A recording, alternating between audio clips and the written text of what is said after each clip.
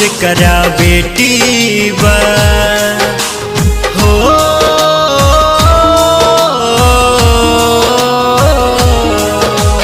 कौनो काम के धन दौलत ना खेती बा, बाटे बड़ा अमीर जेकरा बेटी बा।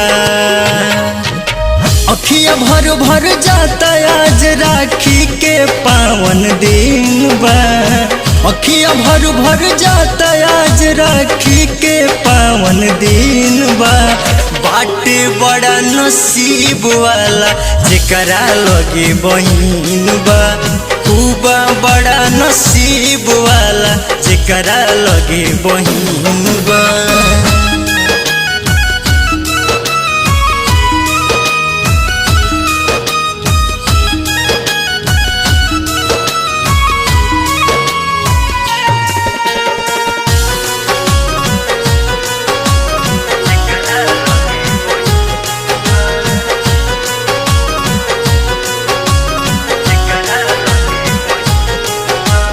कैसे कहीं के करा से कहीं हम बानी बड़ा भागा हो।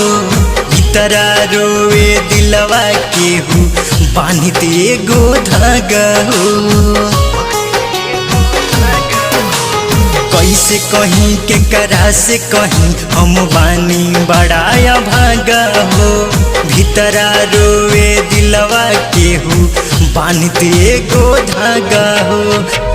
के कहीं बहिनिया भाई समाज बड़ा बेदीन बा, के कहीं बहिनिया भाई समाज बड़ा बेदीन बा। बाटे बड़ा नसीब वाला जेकरा लगे बहिन बा, खूबा बड़ा नसीब वाला जेकरा लगे बहिन बा।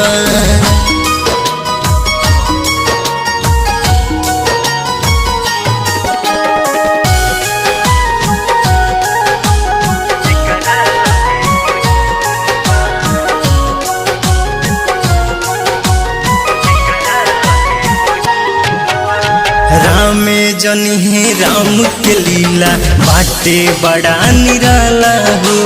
हर भाई के एगो बहिनिया देता ऊपर वाला हो। राम जनी है राम के लीला बाटे बड़ा निराला हो।